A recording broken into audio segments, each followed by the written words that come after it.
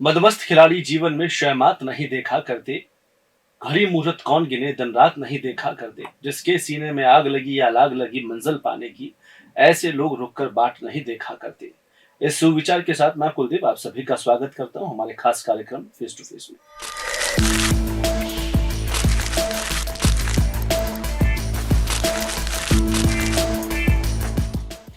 दरअसल कुछ लोग ऐसे होते हैं जिन्हें मंजिल पाने की कुछ ऐसी ललक होती है कि बचपन से वो जिस राह को चाह लेते हैं उस राह पर मंजिल के मुकाम को पाकर रहते हैं। और जो आज शख्सियत हमारे साथ मौजूद है वो परिचय की मोहताज नहीं है। उन्होंने लंबे अरसे तक तकरीबन 15 साल तक पुरातत्व विभाग के कई पदों पर काम किया और वर्तमान में आमेर फूड के अधीक्षक है। मिलकर स्वागत करते हैं डॉक्टर राकेश छोलक जी का। राकेश जी बहुत बहुत शुक्रिया यहाँ पर नमस्कार। आए, समय दिया। सर, वैसे तो ये नाम डॉक्टर राकेश छोलक, वैसे अब ये नाम परिचय में है, लेकिन इस नाम के बैकग्राउंड के बारे में हम जानना चाहेंगे कि राकेश छोलक कैसे इस पद पर पहुंचे और क्या बचपन रहा, कैसे वहां से निकले। देखिए, मेरा जो जन्म है वो महुआ तहसील के एक छोटे से गांव पाखर में हुआ था। और पापा जी के 4 जो भाई थे उनके सम्मिलित हवेली में मैं पैदा हुआ था। लेकिन जिस दिन मेरा जन्म हुआ उसी दिन मेरे पिताजी का अपॉइंटमेंट लेटर आया नौकरी के लिए, और लगभग 1 साल बाद हम लोग बांदीकुई शिफ्ट हो गए। जी। तो मेरा पूरा बचपन बांदीकुई में गुजरा है। मेरी पूरी एजुकेशन बैचलर लेवल तक की बांदीकुई में हुई है। और शुरू में मैं सेंट फ्रांसिस स्कूल बांदीकुई में पढ़ा करता था, जो कि बहुत अच्छी स्कूल उस ज़माने में हुआ करती थी। जी। और 5th क्लास तक मैंने अपनी एजुकेशन वहाँ ली। और पढ़ने में मैं अ, एक अच्छी पोजीशन लिए रहता था, क्योंकि उन दिनों में ये क्लास में जो स्थान आता था वो बहुत मायने रखता था। जी। पहले परसेंटाइल और ये नहीं हुआ करती थी। तो मैं अंडर 10 में हमेशा क्लास में रहा हूँ, और 4 और 5th में मैंने पहली दूसरी रैंक भी प्राप्त की है। बाद में हम आदर्श विद्या मंदिर स्कूल बांदीकुई में मैंने 9th तक की अपनी एजुकेशन पूरी की है। वो बड़ी सख्त स्कूल थी और बहुत ही अच्छी स्कूल थी। उसके जो हमारे बड़े गुरुजी हुआ करते थे, वो मोहनलाल सैनी बहुत ही सख्त थे, लेकिन उन्होंने हमारा भविष्य बनाया। और ना केवल मैथमेटिक्स, इंग्लिश के वो मास्टर थे और हमें भी उसमें पारंगत किया। तो तब से ही ललक रही कि मैं पीईटी के एग्ज़ाम फाइट करके और इंजीनियरिंग सेवा में जाने के विचार रखता था। उसके बाद मेरा 10th क्लास में बांदीकुई के एक गवर्नमेंट स्कूल में एडमिशन लिया। 10th 11th मैंने गवर्नमेंट स्कूल से की, लेकिन वहाँ का एटमॉस्फेयर मेरे को सूट नहीं किया। पढ़ाई तो वहाँ अच्छी होती थी, उस वक्त काफ़ी अच्छे टीचर थे। और 12th फिर मैंने अपने रेलवे स्कूल बांदीकुई से की थी। जी। तो ये मेरी स्कूलिंग का एक जर्नी रही है। भिन्न-भिन्न स्कूलों में मैंने पढ़ाई की, लेकिन जो नींव मजबूत हुई मेरी वो आदर्श विद्या मंदिर स्कूल से हुई थी, जिसमें मुझे काफ़ी कुछ सीखने को मिला था। 12th में मैं रेलवे स्कूल से जब मैंने सीनियर हायर सेकेंडरी की, तो उसके बाद मैं 1 साल ड्रॉप करके पीईटी के एग्ज़ाम की तैयारी करने के लिए जयपुर आया था। उस वक्त मैंने एडमिशन सुबोध कॉलेज में लिया था, लेकिन मैं रेगुलर स्टूडेंट नहीं रहा, क्योंकि मेरा उद्देश्य पीईटी का फाइट करना था। जी। लेकिन दुर्भाग्य से मेरी पीईटी फाइट नहीं हो पाई और मेरा वो साल ड्रॉप रहा। फिर मैंने अपनी लाइन बदल के और बीए करने के लिए मेरे पिताजी से विचार विमर्श किया, तो पिताजी ने मेरे ऊपर छोड़ा कि जो आपको करना है वो आप करो। तो ऐसे करके मैंने बीए किया, और बीए मेरे इंग्लिश लिटरेचर, सोशियोलॉजी और हिस्ट्री से मैंने बीए कंप्लीट किया। उसके बाद जयपुर राजस्थान यूनिवर्सिटी में एडमिशन लिया। जी। राजस्थान यूनिवर्सिटी में मेरा एमए एंशिएंट ग्रुप में मेरा एडमिशन था। और यहाँ एक कम्युनिटी हॉस्टल मीना हॉस्टल है, उसमें मेरा एडमिशन हुआ था, जो सेकंड बैच मेरा रहा है मीना हॉस्टल में। जी। वहाँ मैं 3 साल रहा और वहाँ मैंने पढ़ाई की। एमए में मेरी बहुत अच्छी परसेंटेज थी, मैं एसटी में टॉपर था और जनरल में मेरा 5वां नंबर था। और वहीं से मुझे हिस्ट्री के जो पुरातन हिस्ट्री के बारे में जो ललक लगी, या इस लाइन में जाने की जो जी। मेरे मन में एक बात उठी, तो वो मैंने वहाँ से ली है। जी। एमए एंशिएंट करने के बाद मैंने 1 साल एलएलबी में एडमिशन लिया था, लेकिन उसी दरमियान एक ये पोस्ट निकली थी, जो केवल सिंगल पोस्ट निकली थी आरपीएससी से। जी। मेरे फादर बहुत अखबार और ये रोज़गार के बारे में बहुत देखा करते थे, क्योंकि मेरी एमए कंप्लीट हो चुकी थी। तो उन्होंने मुझे एक दिन जब मैं घर गया, तो उन्होंने कहा कि एक पोस्ट निकली है, पुरातत्व एवं संग्रहालय विभाग में है और संग्रहाध्यक्ष की पोस्ट है। ज़्यादा इसके बारे में मुझे पता नहीं है, अजमेर में ही फॉर्म मिलेगा और अजमेर में ही फॉर्म जमा होगा आरपीएससी से। जी। तो बड़े बेमन से, क्योंकि एक ही पोस्ट थी, लेकिन जी। फादर का भी कहना था और मेरी इस लाइन में जाने की इच्छा भी थी, तो मैं आरपीएससी पहुंचा और मैंने फॉर्म फिल करके आया और उसका एग्ज़ाम भी अजमेर में ही लगा था। अजमेर तोपदड़ा स्कूल में मेरा सेंटर आया था। जी। तो वहाँ एग्ज़ाम देने के बाद ऐसा मन में विचार नहीं था कि ये क्लियर हो जाएगा, क्योंकि जब आदमी के पास लाइन में केवल एक ही पोस्ट आई हो तो वो फिर और दूसरे ऑप्शंस पे भी विचार करना शुरू कर देता है। जी। तो मैंने सब इंस्पेक्टर की तैयारी भी की थी और एमए में मेरे सब इंस्पेक्टर एग्ज़ाम में मैं केवल 2 नंबर से असफल रहा हिंदी में, क्योंकि एमए एग्ज़ामों के बीच में वो एग्ज़ाम थी। जी। ये रिटन टेस्ट देने के बाद मैं अपने दूसरे कंपटीशन की तैयारी करने लगा था। एक दिन मेरे जो रूम साथी थे, जो आज हिंदी के प्रोफेसर हैं, उन्होंने मुझे कहा कि आपका रिज़ल्ट आ गया, वो प्रताप विभाग वाला। जी। लेकिन ना परमिशन लेटर मेरे पास था उस वक़्त और ना मुझे रोल नंबर ध्यान था, तो मैंने ज़्यादा रुचि दिखाई नहीं उसमें कि ये रिज़ल्ट आ गया। जी।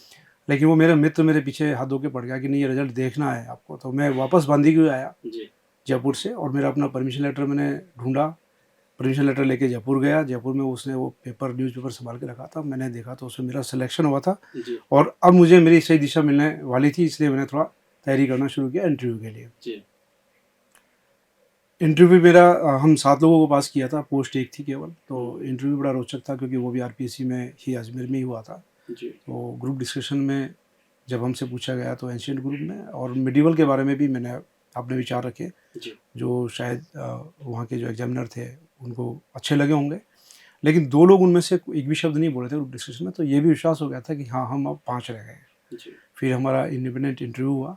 तो इंटरव्यू से पहले मेरा एक साथी बाहर दौसा ज़िले के एक आबानेरी एक जगह है, जहाँ जी। चांद बावड़ी और 8th सेंचुरी के मंदिर हैं, उसके बारे में स्टडी कर रहा था। तो मैंने उनसे रिक्वेस्ट किया तो उन्होंने एक बार मुझे मना कर दिया जी। कि ये मैं पढ़ रहा हूँ अभी।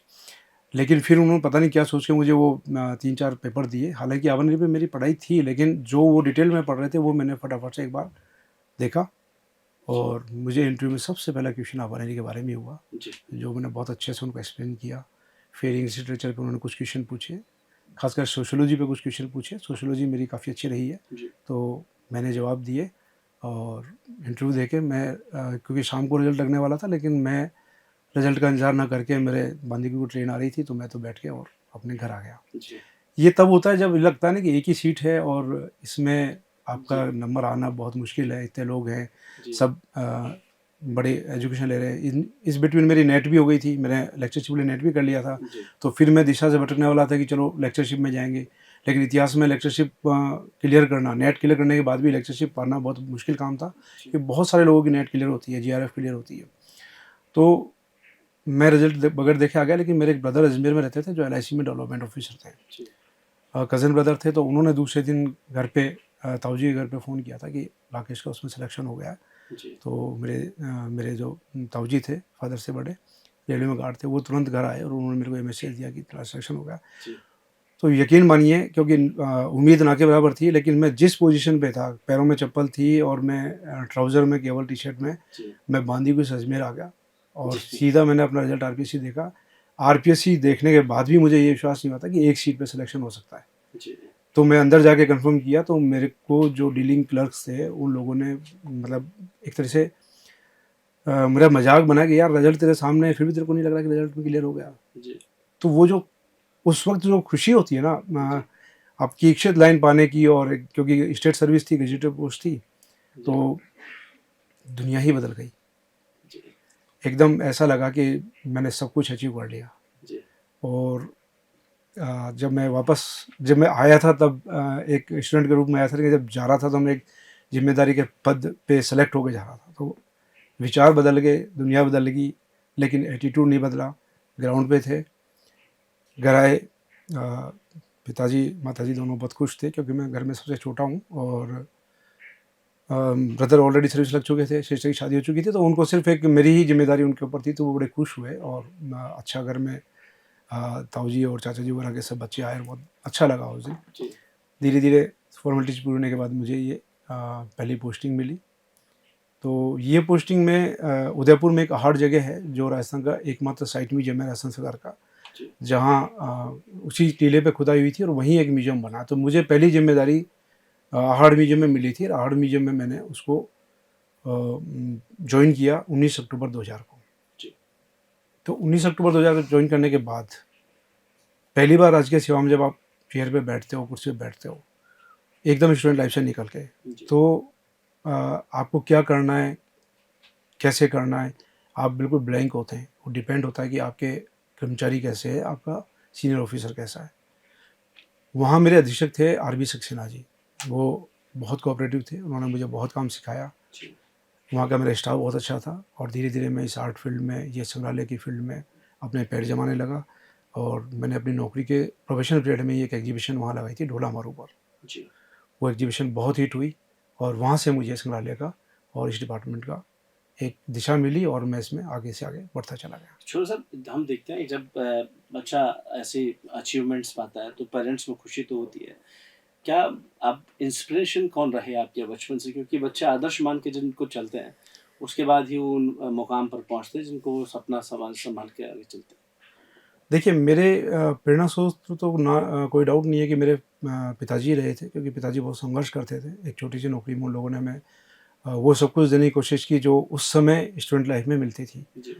और मैं बात कर रहा हूँ आज से करीब 40 साल पहले की, क्योंकि 51 के अराउंड में अभी हो गया हूँ। तो उस वक़्त मुझे अच्छे से याद है कि हम लोग जब मेले में जाते थे केवल ₹2 या ₹3 बहुत मुश्किल से मिलते थे। जी। क्रिकेट खेलने में मैं शुरू से शौकीन रहा हूँ, लेकिन हम हमेशा लकड़ी के बल्ले से खेले जी। स्कूलिंग में तो। जी। बस साइकिल के ट्यूबों के छल्ले काट के बॉल बना के खेलते थे। जी।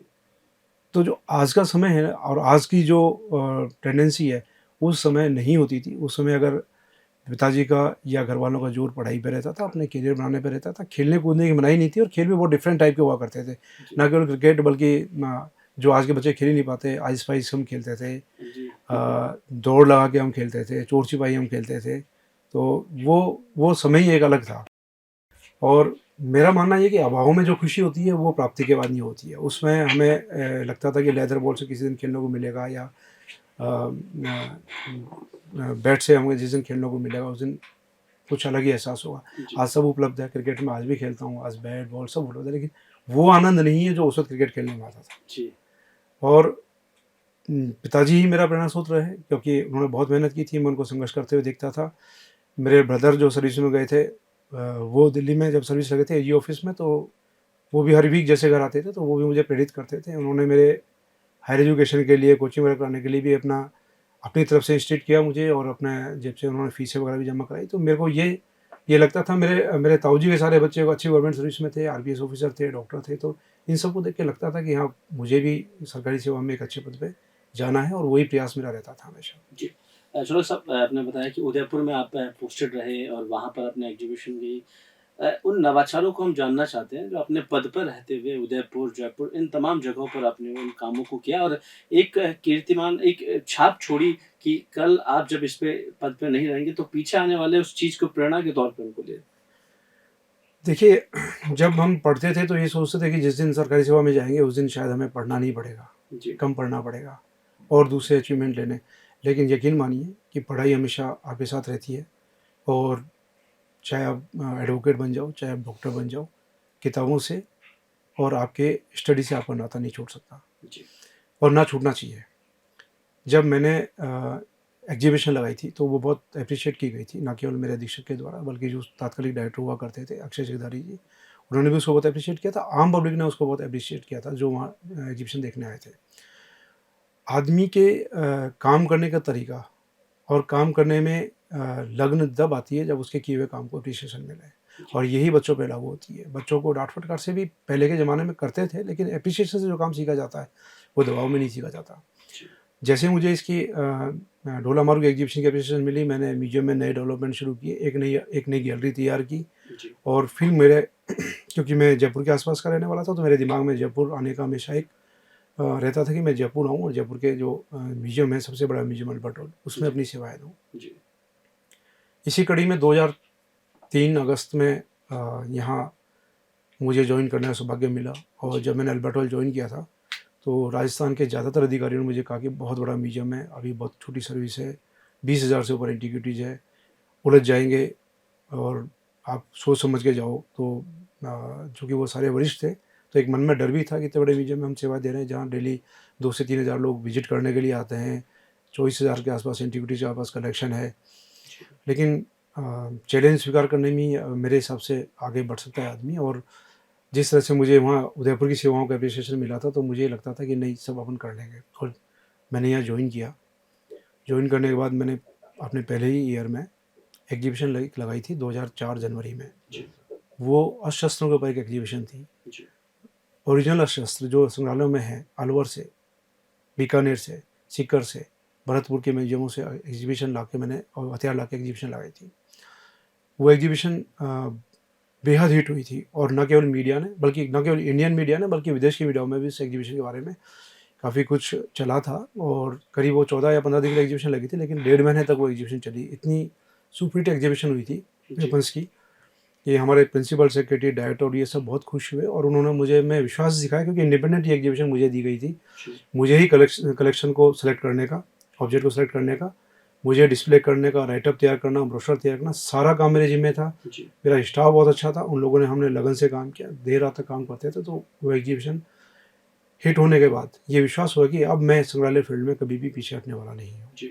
और वहीं से मुझे प्रेरणा मिली अशस्त्रों पर अध्ययन करने की।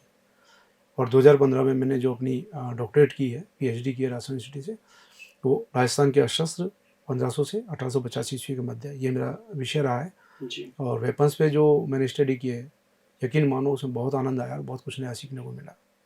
अब वो जैसे आपने बताया कि पीएचडी आपने वेपन्स में की है, तो हम देखते हैं कि जब अल्बर्ट हॉल हो, सिटी पैलेस, हम जब यहाँ जाते हैं, वो पुराने वेपन्स थे, और कुछ उन पे जो लिखावट होती है, उनके बारे में जो जानकारी होती है, तो वो एक बहुत संक्षेप में, बहुत छोटे स्तर पर जानकारी होती है। लेकिन आपने जब पीएचडी किया है, उनको बारीकी से देखा होगा, तो आपको क्या लगता है कि उस समय जो पुरातत्व विभाग इतना संरक्षण करके उन चीज़ों को रखा हुआ है, तो उस दौर के जो हथियार बनाए गए थे, वेपन्स जो बनाए गए थे, वो कितने आधुनिक थे आज के इन तमाम चीज़ों से? देखिए, वो उस ज़माने के हिसाब से वो बहुत ही उत्कृष्ट हथियार थे, इसमें कोई दो राय नहीं है। अशस्त्र एक कोई छोटा विषय नहीं है, अशस्त्र बहुत बड़ा विषय है। इसमें विज्ञान भी समाहित है, क्योंकि इसमें मेट्रोलॉजी भी पूरी आती है, कौन सा लोहा आपने लिया है, लोहे के भी बहुत सारी किस्म होती है। फिर इसमें आर्टिस्टिक वर्क बहुत मायने रखता है, क्योंकि जो भी हथियार रखने वाला है, उसके पद और सामाजिक स्तर के अनुरूप उसके पास हथियार होते थे। अगर राजा है तो उसकी तलवार सोने से मढ़ी हुई होती थी। उस तलवारों में तकरीबन 50 से ऊपर तरह की मूठ होती है, जो पिछला उसका हत्था होता है, 50 से ऊपर तरह की मूठ होती है। 50 से 70 प्रकार की तलवारें मैंने पढ़ी हैं, जो राजस्थान की विभिन्न म्यूजियमों में है। तलवार के शेप से, तलवार के वर्क से, उसके चलाने की आधार पर हम तलवारों के अनेकों नाम होते हैं। बंदूक अनेकों नाम होते हैं। धनुर्वेद में अगर हम बात करें तीर बाणों की, धनुष बाणों की, धनुर्वेद में इसका बहुत बड़ी व्याख्या की गई है। और उस ज़माने में न केवल तलवार, बंदूक, तीरबान, बल्कि जो सुरक्षा कवच होते थे, उनका भी अहम रोल हुआ करता था, क्योंकि कवच के भी बहुत प्रकार होते थे। हेलमेट हुआ, दस्ताने हुए, और चेस्ट पे पहनने का हुआ, आयरन चेन का पजामा हुआ, जूते हुए, ये सब कवच के रूप में होते थे। तो मारक जो हथियार होते थे उतनी ही वैल्यू रखते थे जो सुरक्षात्मक हथियार होते थे, जो वेपन्स होते थे उनका। हम देखते हैं कि हथियारों को, जैसे हम देखते हैं महाराणा प्रताप के, या फिर हमारे जितने भी राजस्थान के भी शूरमाओं का प्रदेश रहा है, यहाँ कई अस्त्र शस्त्रों को संजो कर रखा हुआ है। उनकी कार्बन डाई किस तरीके से की जाती है, कैसे उनको सुरक्षित रखा जाता है, उन तमाम चीज़ों को जो म्यूजियम के अंदर रखी हुई है? देखिए, जो भी ऑर्गेनिक चीज़ें होती है, केवल कार्बन डेटिंग उन्हीं की होती है, और जो ऑर्गेनिक चीज़ें नहीं होती, कार्बन डेटिंग नहीं होती। लेकिन हम जो पैटर्न होते हैं हथियारों के या तलवारों के एक टाइम के, उस पैटर्न को, उस सजावट को, उस बनावट को देख के हम उसके पीरियड का अंदाज़ा लगा सकते हैं। क्योंकि 11वीं सेंचुरी में अगर इस तरह की तलवारें होती थी, जैसे हम गुप्तकाल की बात करते तो एक सपाट तलवार होती थी, बिल्कुल सीधी, और खंडा होती थी, इसमें कोई घुमाव नहीं होता था, एक सीधी तलवार हुआ करती थी केवल।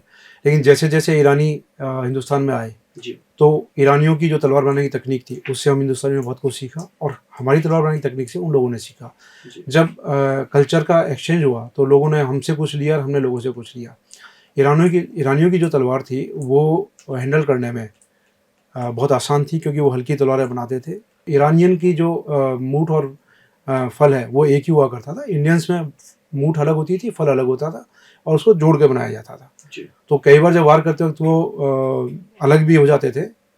तो ईरानियन वाली जो तलवार है, वो मारक क्षमता ज़्यादा रखती थी, हल्की होती थी, तो उसका मूवमेंट बहुत तेज़ हो सकता था, और अगर तलवार का मूवमेंट जितना फास्ट होगा, उतनी ज़्यादा घातक होगी। जो आर्टिस्टिक वर्क तलवारों में लिया वो भी ज़्यादातर हमने ईरानियों से लिया, क्योंकि ईरानियों के यहाँ पे कोफ्सगिरी का काम बहुत अच्छा होता था। जी। मीनाकारी का काम हिंदुस्तान में, अपने राजस्थान में भी, जयपुर में भी बहुत अच्छा हुआ करता था। तो मूठ पे इस तरह के काम हुआ करते थे।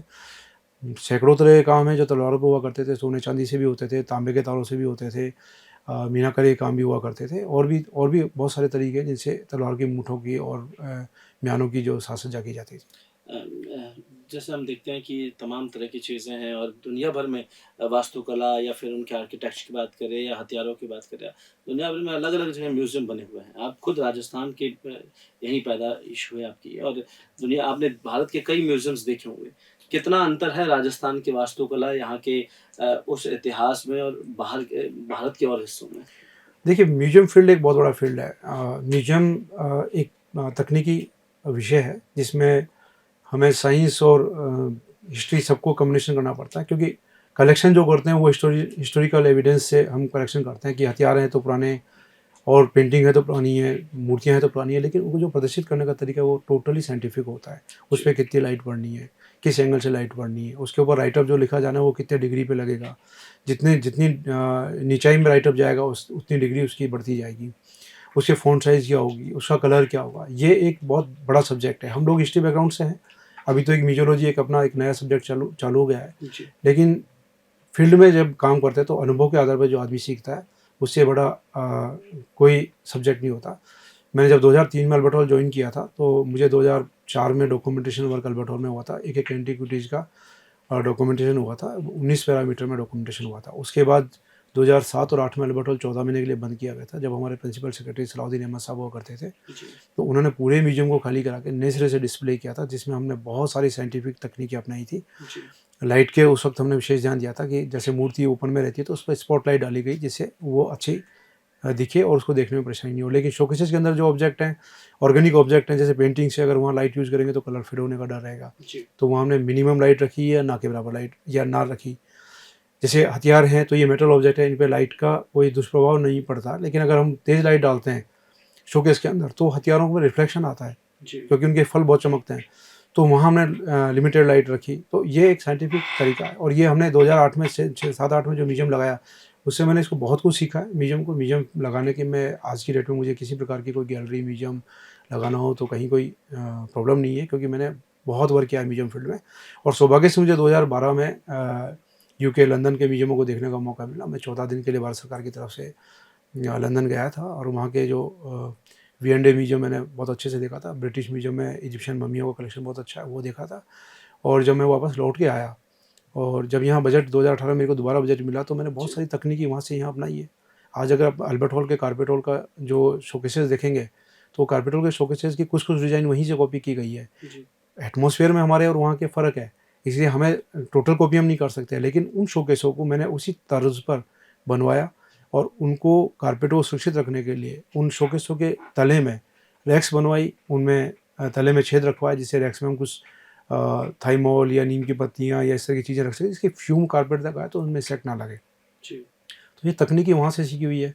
तो म्यूजियम फील्ड जितना हम देखेंगे और जितना घूमेंगे और जितना चीज़ों को डिस्प्ले करने का तरीका क्या है, इनका राइट लगाने का तरीका क्या है, जी। वो देख के जब हम कॉपी करते हैं या हम उसको उससे और बेटर करने की कोशिश करते हैं तो नई चीज़ निकल के आती है, और यकीन मानिए उससे म्यूजियम अपग्रेड होता है। सर साहब, एक किस्सा जानना चाहेंगे। जब जयपुर में अल्बर्ट हॉल के अंदर पानी भर गया था और उस समय कहा गया कि काफ़ी चीज़ों को पानी से प्रभावित हुई है, उस समय शायद आप ही के पास उसका चार्ज था। वो किस्सा कैसा था, कैसे आपने उस चीज़ को डील किया? देखिए वो मेरी नौकरी का सबसे भयानक फेज़ था। जी। 2020 14 अगस्त के दिन में अल्बर्ट हॉल के गोदाम में पानी भर गया था। जी। उससे पहले मैंने एक एग्जीबिशन लगाई थी मम्मी पर, जो बेसमेंट में लगाई थी। इजिप्शियन मम्मी अल्बर्ट हॉल का सबसे टॉप क्लास ऑब्जेक्ट है, जी।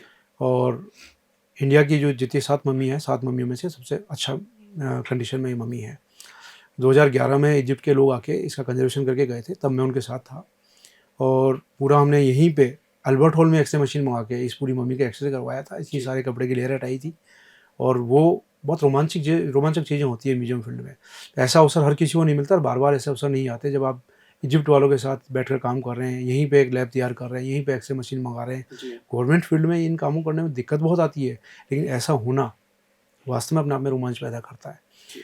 तो उस इजिप्शियन मम्मी को मैंने बेसमेंट में शिफ्ट किया था, जी। क्योंकि एक बार एक सरदार फैमिली म्यूजियम घूमने आई थी।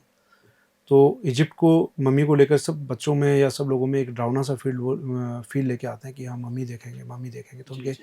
मन में जो उनके चेहरे पे जो भाव होते हैं वो एक डरावने वाले भाव होते हैं। जी। तो 2 बच्चे थे और वो दोनों आपस में म्यूजियम घुसने से पहले काफ़ी कुछ अपने बारे में, मम्मी के बारे में बात कर रहे थे। और एक डर का भाव उनके चेहरे पर था कि हम मम्मी देखने के लिए आए। लेकिन जैसे ही वो मम्मी के सामने कहते ये मम्मी, तो जी। ऐसा लगा कि मतलब मेरे को लगा कि ये डिस्प्ले जो मम्मी की हुई है एकदम ओपन में, जी। उसको देख के जो ये सोच के जो विचार करके लोग आते हैं ना, वो उनके जी। उस पे इच्छाओं पे उनपे उस पे खरी नहीं उतरती है। जी। वहाँ से विचार आया कि मैं एक एग्जीबिशन लगाता हूँ मम्मी की बेसमेंट में, और अगर वो हिट रही तो हम इसको बेसमेंट में शिफ्ट करेंगे। तो मैंने बेसमेंट में इजिप्शियन मम्मी को शिफ्ट किया। उसके साथ तकरीबन उसके मेरे पास 399 ऑब्जेक्ट मम्मी के टोटल कलेक्शन में थे। तो करीब मैंने 170 के आसपास ऑब्जेक्ट डिस्प्ले किए थे नीचे, जो मम्मी से रिलेटेड थे। जी। दुनिया की 10 खूबसूरत मम्मियों की मैंने फ़िल्म बना के लगाई थी।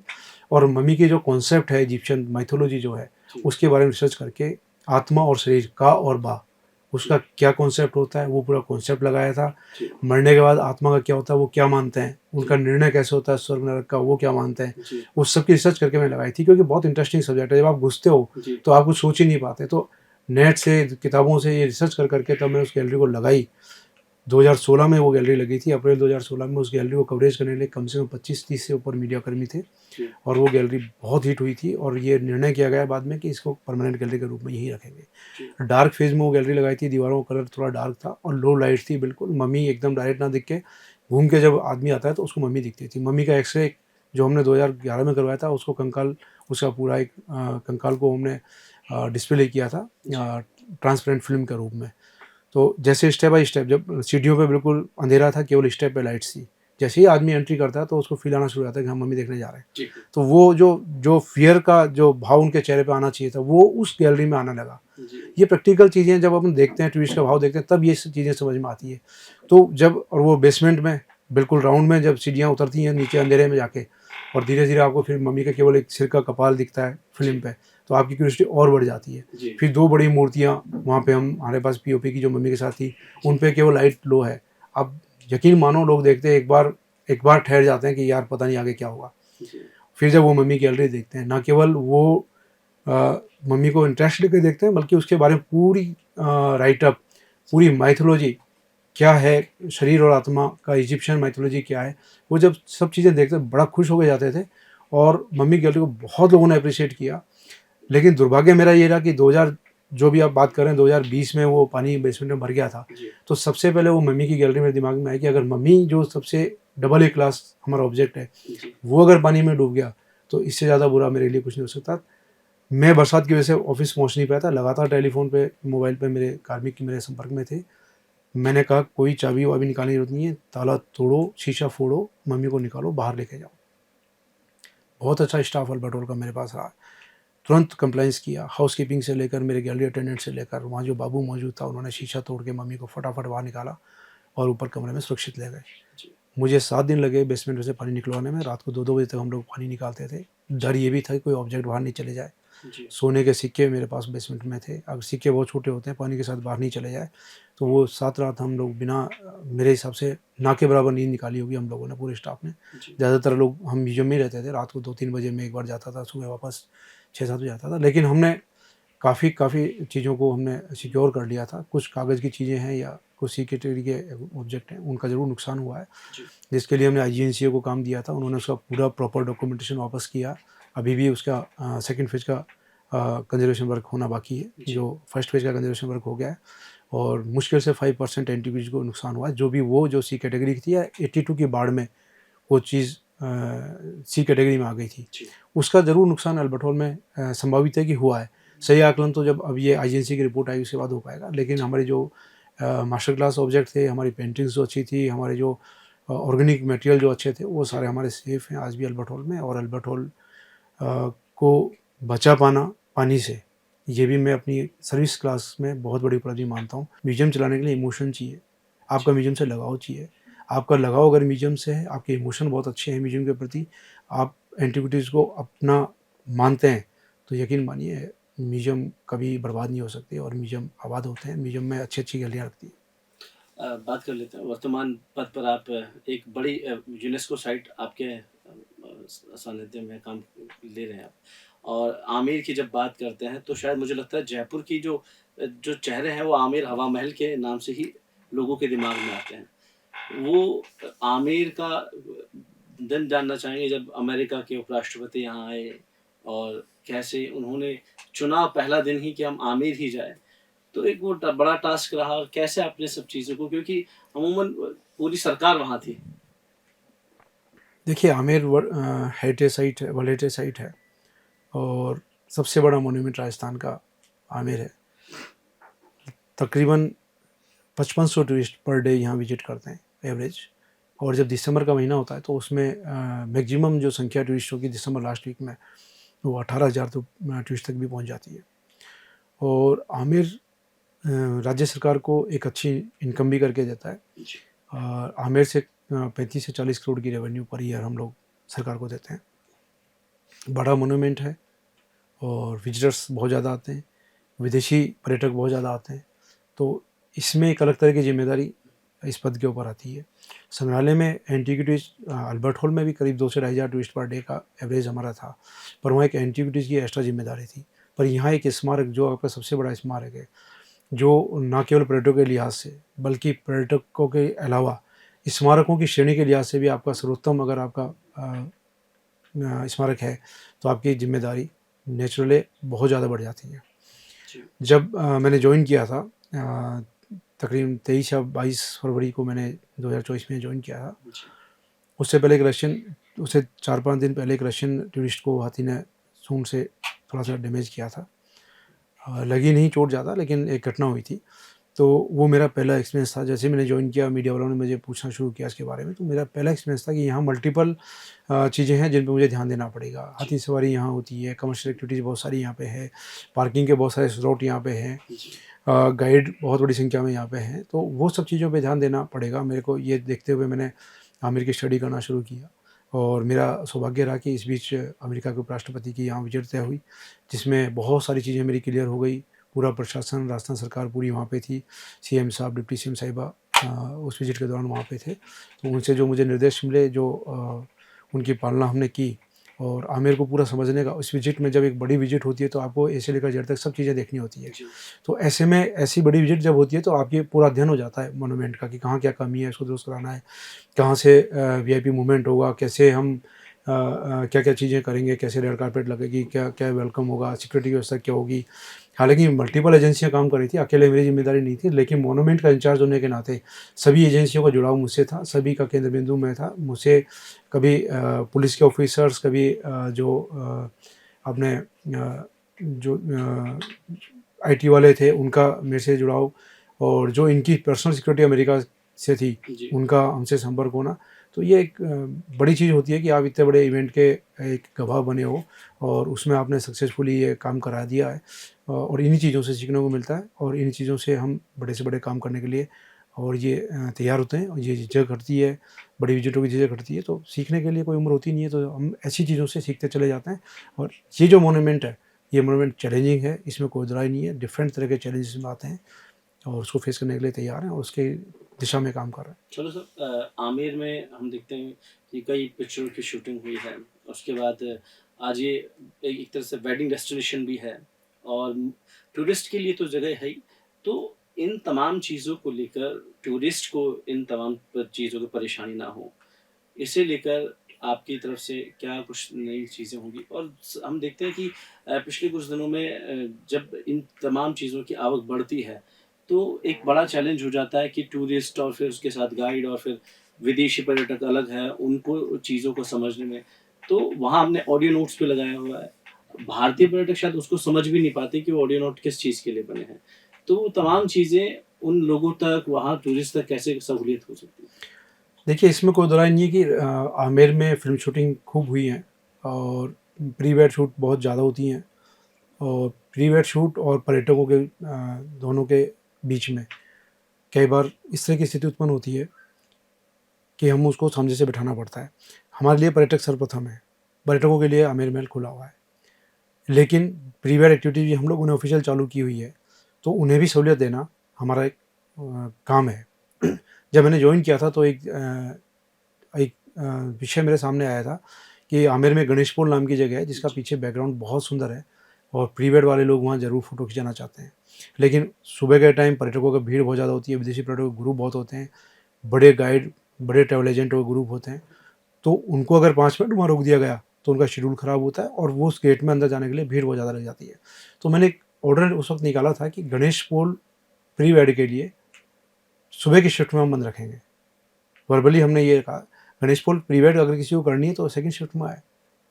प्री वेड वाला एडजस्ट कर सकता है, लेकिन पर्यटक का जो शेड्यूल है, जो विदेशी पर्यटक अपना एडवांस बुकिंग करा के चला हुआ है, उसका एक शेड्यूल फिक्स होता है, वो बहुत ज़्यादा वेट आपके मोन्यूमेंट पे नहीं कर पाएगा।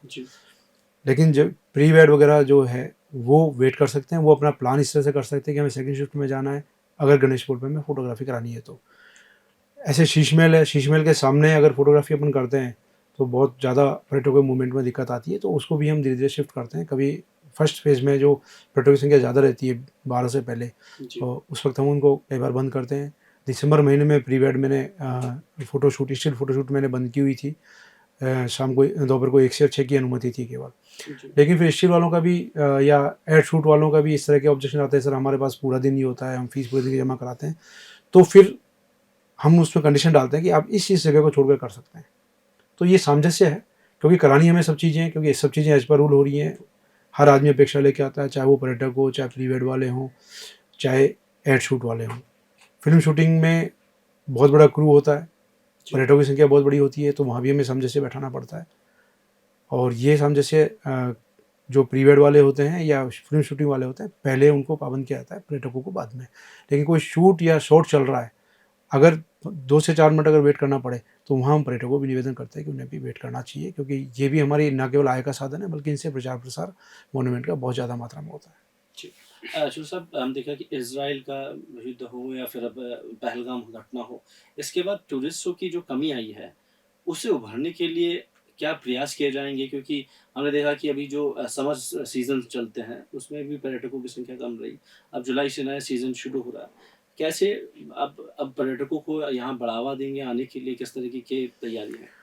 देखिए, विदेशी पर्यटकों के बारे में अगर अपन बात करें, तो विदेशी पर्यटकों का आना, ये आपकी परिस्थितियों पे डिपेंड करता है कि आपकी कंट्री की परिस्थितियाँ कितनी अच्छी है। मैं आंकड़े स्टडी कर रहा था, मुझे अच्छे से याद है कि अभी भी हम विदेशी पर्यटकों की संख्या के मामले में प्री कोरोना फेज़ में नहीं पहुंच पाए। कोरोना से पहले जो विदेशी पर्यटक आता था, जी, वो संख्या अभी तक विदेशी पर्यटकों की हमारे यहाँ पे नहीं है। जी, तो विदेशी पर्यटकों का एक बार डैमेज होता है तो उसको भरने में बहुत समय लगता है। पहलगाम वाली घटना जब हुई, ऑपरेशन सिंदूर हुआ, या अभी यूक्रेन या इजराइल वाला युद्ध हुआ, तो इससे जो हमारे पर्यटकों में कमी आई, विदेशी पर्यटकों में, ये बुरी तरह से टूटा है। 100 से नीचे हमारे पर्यटकों की संख्या आमेर में आ गई, ऐसा कभी नहीं हुआ पहले। जी, कोरोना के मेन फेज़ को छोड़ दें, बाकी ऐसा पहले कभी नहीं हुआ कि विदेशी टूरिस्ट 100 से कम हुए हों। जी, अब डिपेंड करता है कि विदेशी मीडिया अपनी कंट्री के बारे में क्या लिखती है, हमारी परिस्थितियाँ कैसी रहती है, वर्ल्ड की परिस्थितियाँ कैसी रहती है, एशिया में कोई ऐसी घटना तो नहीं होगी। इन चीज़ों का बहुत फ़र्क पड़ता है कि विदेशी लोग अपने टूर को प्लान करें। और दूसरा एक कारण मुझे जो समझ में आया वो ये भी है कि अभी घूमने की नेचुरल चीज़ें, बहुत चीज़ें डेवलप होती जा रही हैं। राजस्थान में जी, बहुत सारी सेंचुरियाँ हैं, वाइल्ड लाइफ सेंचुरियाँ हैं। बहुत सारी जगह ऐसी हैं जो हिस्टोरिकल मॉन्यूमेंट के साथ साथ भी सेंचुरी, जैसे कुंभलगढ़। तो जी, लोगों का मूवमेंट वहाँ भी बहुत ज़्यादा हुआ है। हम देखें जैसलमेर में टूरिस्ट बहुत बढ़े हैं, जी, दूसरी जगह टूरिस्ट बढ़े हैं, तो कहीं न कहीं ये टूरिस्ट डाइवर्ट हो रहा है। राजस्थान तो टूरिस्ट आ रहा है, लेकिन बहुत ज़्यादा टूरिस्ट कहीं न कहीं डाइवर्ट भी हो रहा है। जी, परिस्थितियाँ अपनी जगह है, डाइवर्जन भी टूरिस्ट का माइंड सेटअप भी होता है कि समय-समय पर टूरिज़्म के मायने बदल जाते हैं। कई बार एडवेंचर टूरिज़्म को बहुत लाइक करने लगते हैं लोग, रूरल टूरिज़्म को बहुत लाइक करने लगते हैं लोग। तो उस फ़ेज़ में भी टूरिस्ट आने लगता है, तो थोड़ी बहुत संख्या उतार-चढ़ाव उस वजह से भी आता है। तो अभी वाइल्ड लाइफ़ की तरफ भी टूरिस्टों की रुझान काफ़ी बढ़ा है, जैसा मैं समझता हूँ। आप विभाग में काम करते हैं, लेकिन आपके कितने नवाचार करें, कितनी चीज़ें आप एक अपने स्तर पर उसको बढ़ावा देने के लिए करें, लेकिन जब तक प्रशासन, सरकार और आपके विभाग का समर्थन आपको नहीं मिलता है, तो कहीं न कहीं वो चीज़ें पीछे रहती हैं। आपको क्या लगता है, विभाग में रहते हुए आपके सेक्रेटरी विभाग, ये तमाम किस तरीके से आपका साथ रहता है? देखिए, प्रशासन को साथ लेने के लिए आपको काबिल बनना होता है, आपको कुछ करके दिखाना होता है। शुरुआत में छोटी-छोटी चीज़ें करके दिखाएँगे और जैसे-जैसे आपकी सीनियरिटी बढ़ती जाती है, आपको बड़े-बड़े काम करने पड़ते हैं। प्रशासन यकीन मानो आपका पूरा सहयोग करता है और वर्तमान परिस्थितियों में तो बजट की भी कोई समस्या नहीं है। मैंने जब जॉइन किया था डिपार्टमेंट तो बहुत कम बजट आता था। आपको काम करने की अगर इच्छा है, तो प्रशासन को आप अपने फ़ेवर में ले सकते हैं, बशर्ते काम आपका उसके मुताबिक अपने मनोमेंट के मुताबिक होना चाहिए। मैंने तब इजिप्शियन गैलरी लगाई थी। मैंने अपने डायरेक्टर को कॉन्फिडेंस में लिया था। उनको मैंने अपना थीम और आइडियाज़ बताया था। साथ में मैंने अपने डायरेक्टर को ये भी बताया था कि मेरी थीम और मेरे आइडियाज़ को आप और मेरे अलावा तीसरे को हम शेयर नहीं करेंगे। क्योंकि जिस दिन हम ओपन करेंगे, उस दिन पूरा विभाग देखे, उस दिन पूरी मीडिया देखे, उस दिन लोग आके देखें कि हमने कुछ नया किया है। क्योंकि मुझे कॉन्फिडेंस था कि मैं जो करने जा रहा हूँ नया, वो एकदम डिफरेंट वर्क है। अगर ये वर्किंग फ़ेज़ में मैंने मीडिया को अलाउ किया होता, वर्किंग फ़ेज़ में दुनिया भर के ऑफ़िसर्स या वो लोग वहाँ देख रहे होते, तो वो जो वाओ पोज़ीशन आई थी ओपन के टाइम, वो शायद नहीं आती। एक काम को करते हुए देखना, एक पूरी गैलरी बनने के बाद एकदम देखना, दोनों में बहुत फ़र्क है। तो ये आपको करके दिखाना पड़ता है, तब आपके प्रशासन कॉन्फिडेंस में आता है। अब ये जैसे आमेर में मैंने जब जॉइन किया, तो मैंने छोटी-छोटी चीज़ों की स्टडी की। शीश महल के सामने जो फव्वारे थे, वो केवल 4 नोज़ल निकले हुए थे, बहुत छोटी बात है। केवल 4 नोज़ल थे, वो भी पिछले कई सालों से बंद पड़े थे। मैंने मेंटेनेंस के ठेकेदार को कॉन्फिडेंस में लेके उसको खुदवाया, तो उसमें 12 नोज़ल निकले, 12 नोज़ल ठीक आगे मैंने फव्वारा चलाया, तो आज उसकी खूबसूरती बढ़ी। जी। एक नहर है सुखनिवास में, झरना और एक नहर है। मैं करीब 30 साल से राइडिंग करने वाले आदमियों से संपर्क में आया कि ये कब चलती थी, तो 30 साल तक के राइडिंग करने वाले लोगों ने मना किया कि हमने इसको कभी भी रेगुलर चलते हुए नहीं देखा। जी। सुखनिवास में एक सिस्टम है कि वो गर्मी की ऋतु के लिए, ग्रीष्म ऋतु के लिए वो रानियों के निवास के लिए रहता था, जिसमें ठंडी हवा का एक आने का माध्यम था। ऊपर बिजली पानी भरते थे और ऊपर से वो पानी छिद्रयुक्त दीवारों के पीछे से आता था और वो झरने में बहता हुआ एक नहर, छोटी सी नहर के माध्यम से गार्डन में जाता था। जी। उस सिस्टम को पूरे को स्टडी किया। लकीली मेंटेनेंस का जो ठेकेदार था वो बहुत पुराना ठेकेदार था, तो वो भी कुछ चीज़ें समझता था।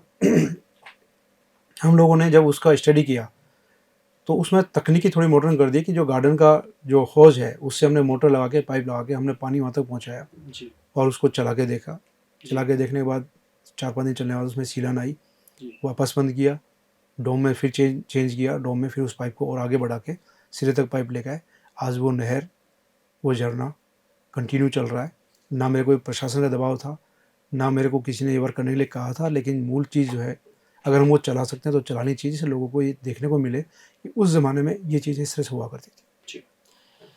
जुबैर साहब, एक संदेश, क्योंकि घड़ी का समय हमें इजाज़त दे रहा है, लेकिन एक ऐसा मैसेज जो आपको राजस्थान में सब लोगों को बुलाए, क्योंकि अतिथि देवो भव की थीम हमारी है, पावनों को हम बुलाते हैं, तो क्या एक मैसेज है? और तमाम चीज़ों के पुरातत्व विभाग का हम देखते हैं कि कई जगहों पर लोग वहाँ नुकसान कर देते हैं, नाम लिख देते हैं दीवारों पर। क्या मैसेज देना चाहेंगे तमाम लोगों को जो वहाँ विज़िट करते हैं?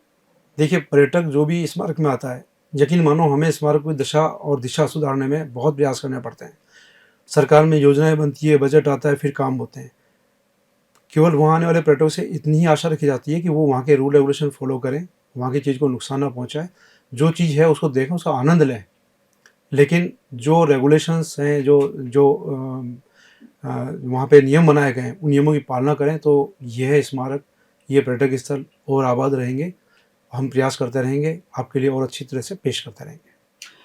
तो आज साथ हमारे मेहमान थे डॉक्टर राकेश छोलक जी, जो आमेर महल के अधीक्षक है, और जिस तरीके से उन्होंने अपनी चीज़ें साझा की, किस तरीके से राजस्थान में रहकर पुरातत्व विभाग की उन पदों पर रहकर राजस्थान के उन तमाम चीज़ों को संरक्षित करके आगे बढ़ाए, नए नवाचार किए, और साथ ही सपोर्ट रहा सभी तरह की चीज़ों का। लेकिन कहीं न कहीं इस बात से नकारा नहीं जा सकता है कि राजस्थान में जो चीज़ें आपको देखने को मिलेगी, शायद हिंदुस्तान के किसी कोने में वो चीज़ें नहीं देख सकते हैं, और इन्हीं लोगों के प्रयास से राजस्थान में आज ये चीज़ें संरक्षित है, और यही वजह है कि राजस्थान आने वाले तमाम लोगों के लिए दरवाजे खुले हैं, और अतिथि देवो भव की जो थीम है राजस्थान में, वो हमेशा से चलती आई है।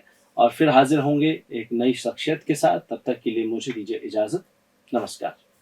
नमस्कार।